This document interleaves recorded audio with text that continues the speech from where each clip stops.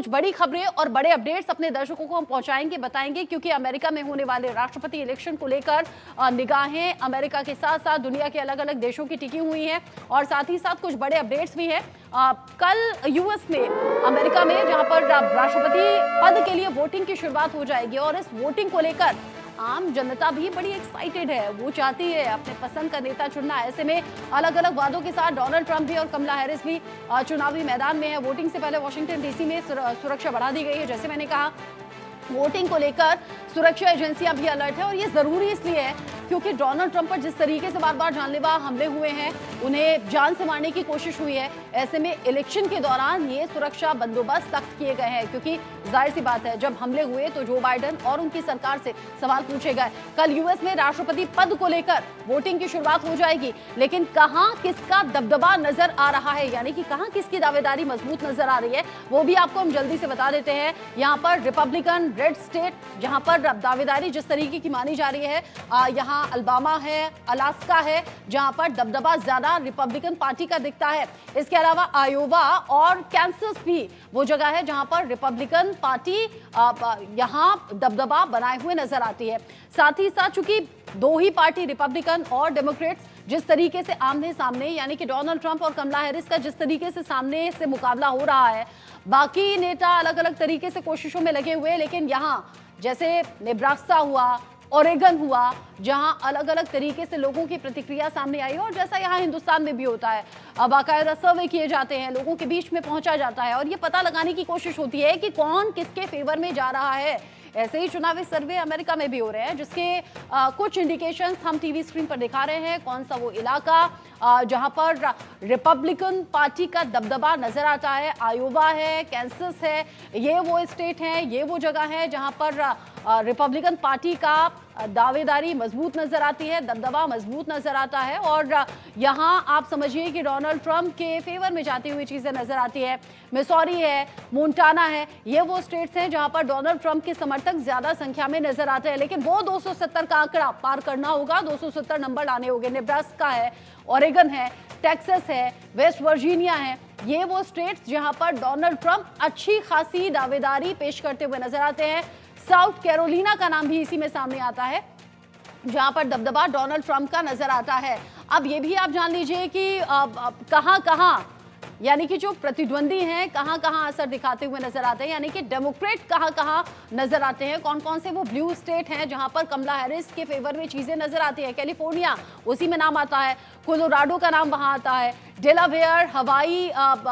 Illinois का नाम यहां पर आता है, मैरीलैंड का नाम यहां पर आता है, न्यू जर्सी भी उसी गिनती में आता है, न्यू हैम्पशायर उसी में आता है, न्यूयॉर्क है, वर्जीनिया है, मैसाचुसेट्स है, न्यू जर्सी, वॉशिंगटन है, ये सभी वो स्टेट है जहां पर डेमोक्रेट्स का दबदबा नजर आता है, यानी कि कमला हैरिस के फेवर में चीजें जाती हुई नजर आती है। लेकिन जैसा हमने कहा कि 270 का नंबर हासिल करना होगा। अब कौन कौन से वो बड़े मुद्दे हैं जो राष्ट्रपति चुनाव में छाए हुए हैं या जिनके आधार पर वोटिंग करने के लिए अमेरिकी जनता तैयार? अर्थव्यवस्था एक बड़ा मुद्दा है, महंगाई बड़ा मुद्दा है, जैसा हमारे पैनलिस्ट भी बता रहे हैं कि इन मुद्दों को लोग जहन में रखेंगे। अर्थव्यवस्था चरमराई हुई है, महंगाई बहुत ज्यादा बढ़ गई है, इमिग्रेशन एक बड़ा मुद्दा साबित होता हुआ नजर आ रहा है, लोकतंत्र की मजबूती के लिए लोग वोट डालेंगे, साथ ही साथ अबॉर्शन का अधिकार भी वहां महिलाएं चाहती हैं। ये एक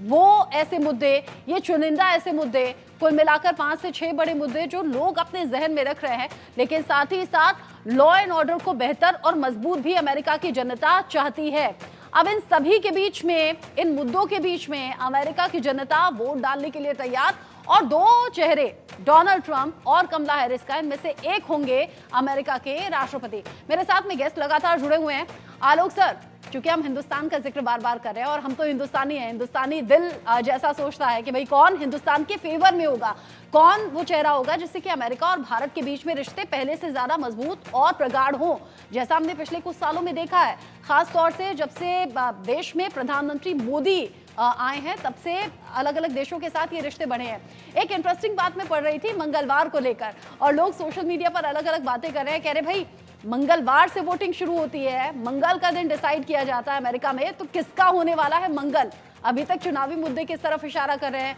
लोगों का रुझान किस तरफ इशारा कर रहा है, और भारत के लिहाज से कौन होगा बेहतर? देखिए रचना जी, आपने मंगल कहा तो इसलिए चलिए मैं पहले उससे थोड़ा दर्शकों के लिए बता दूं। बराक ओबामा जब यहाँ आए थे 2010 में, तब मेरा भी थोड़ी जैसे होता है ना, नमस्कार चमत्कार जैसी थोड़ी सी बात हुई। लेकिन उसमें उन्होंने कहा था, मैं और बाद में कुछ छपा भी था, पब्लिकली भी उन्होंने माना कि मैं हनुमान जी की मूर्ति जेब में रखता हूँ। उस समय चाहे भारतीयों को खुश करना चाहते होंगे, लेकिन डेमोक्रेट यदि देखा जाए तो, लेकिन मुझे नहीं मालूम कमला हैरिस भी हनुमान जी को मानती या नहीं मानती। इसलिए ये कहें कि आपको कौन अनुकूल होगा, हाँ मैं ये कह सकता हूं कि कमला हैरिस से एक, जैसे हम लोग महिलाओं को बढ़ाना चाहते हैं भारत में दुनिया में, उसी तरह से हमें लगता है कि यदि वहां पर सुनक हुए थे। लेकिन आप देखिए सुनक के समय आपको आश्चर्य होगा, मैं कई लोगों को जानता हूं, ब्रिटेन पे पिछले साल भी गया था, जो भारतीय मूल के लोग हैं उन्होंने भी सुनक को वोट नहीं दिया, उनकी पार्टी को, जो पार्टी की नीति है ना, सुनक को पसंद करते हैं व्यक्तिगत रूप से, दिवाली बनाते हैं, उनमें तो बहुत ज्यादा भारतीयता है। इसलिए तुलना यदि देखें तो कमला हैरिस, चूंकि वही उनकी माने दक्षिण भारत से उनका परिवार रहा है, लेकिन उनसे मुकाबले में डोनाल्ड ट्रंप कुछ मामले में, चाहे हमें खुश करने के लिए करते हो, जो चाहे बराक ओबामा ने किया था, उस तरह से वो भारतीयों को, मोदी जी से दोस्ती दिखा के उनका नाम का उपयोग करते हैं प्रवासी भारतीयों को। यहाँ मुझे एक ही शंका है, जैसे हमारे और प्रतिनिधियों ने कहा है, कि वो उनकी जो नीति है वो जो, तो ऐसा कह सकते हैं, जो गलत रूप से वहां घुसे हैं, अवैधानिक रूप से घुसे, उनको निकालें। लेकिन हमारे लोगों की कंपनियों को लगभग 20 अरब रुपया, जैसे आप यदि आप कहें कि यदि बिजनेस हमारा है, उन कंपनियों का है, उसके लिए यदि वो कुछ अंकुश लगाएंगे तो भारत के हित के लिए नुकसान हो सकता है। उस पर यदि वो कस्टम ड्यूटी और उनका प्रतिबंध हो, या संख्या भारतीयों को रख के भारतीयों के ऊपर सामान मत आने दीजिए, हम ये चाहते हैं कि हमारे लिए वो अनुकूल होगा। और कमला हैरिस के साथ बस खतरा वही है कि वो, जैसा मैंने पहले भी कहा, तो मुझे लग रहा है कि हाँ, हित की दृष्टि से भारत की जो नीति है वो रहे, लेकिन हाँ डोनाल्ड ट्रंप की पॉलिसी, पार्टी के, इसलिए मैंने कहा रोनाल्ड रेगन का नाम लिया मैंने, रिपब्लिकन कुछ मामलों में भारत के अनुकूल, जो उनको धंधा करना है, धंधे में रिपब्लिकन हमारे लिए अच्छे रहेंगे। और देखा जाए तो भारत की नीति, उदार नीति के तहत यदि कहें तो डेमोक्रेट की कमला हैरिस बनने से भी भारत को, क्योंकि वो भारत के खिलाफ तो नहीं जाएंगी, लेकिन कुछ नीतियां उनकी पार्टी की मजबूरी होगी कि उनको करे। एक लाइन और मैं जरूर दर्शकों को बताना चाहूंगा, क्योंकि जब हम माइनॉरिटी की बात करते हैं, हिस्पैनिक, वहां जो हिस्पैनिक लोग हैं उनकी दशा मैंने खुद जाकर इलाकों में देखा है, वैसे कुछ वर्ष हो गए, थोड़ा सुधरी होगी, लेकिन उनकी स्थिति हमारे यहाँ के दलितों से, या बिल्कुल ही दलितों में दलित जिसको कहते हैं महादलित, उनसे भी बदतर रही है। अमेरिका गौरव कुछ भी करता है, मैं उन इलाकों में गया हूं जहां कहते ना पानी नहीं उसको देंगे नहीं, हिस्पैनिक है, तो इतना छूतछात भेदभाव वहां रहा है। तो अमेरिका हमको ना सिखाए कि मानवाधिकार क्या है, ये जरूर मैसेज भारत का रहना चाहिए और रहेगा। भारतीय मूल के लोगों से उनकी इकनॉमी मजबूत है। आज से नहीं, हिंदू सेंटर, एक लाइन और, हिंदू सेंटर में, ये आपने अभी साउथ कैरोलिना का नाम लिया, शार्लट, वहां पर सबसे पहले हिंदू मंदिर बना था, मैं 87 में उस मंदिर में देख कर आया। आज लोग कहते हैं मोदी जी आए तो हो गया, अरे भाई तब तो कांग्रेस की सत्ता में थी, यहाँ पे लगातार मोदी जी कहीं नहीं थे, राजनीति में भी वहां नहीं आए थे, लेकिन तब हिंदू मंदिर बना। और बाद में धीरे धीरे उनको लगा कि नहीं,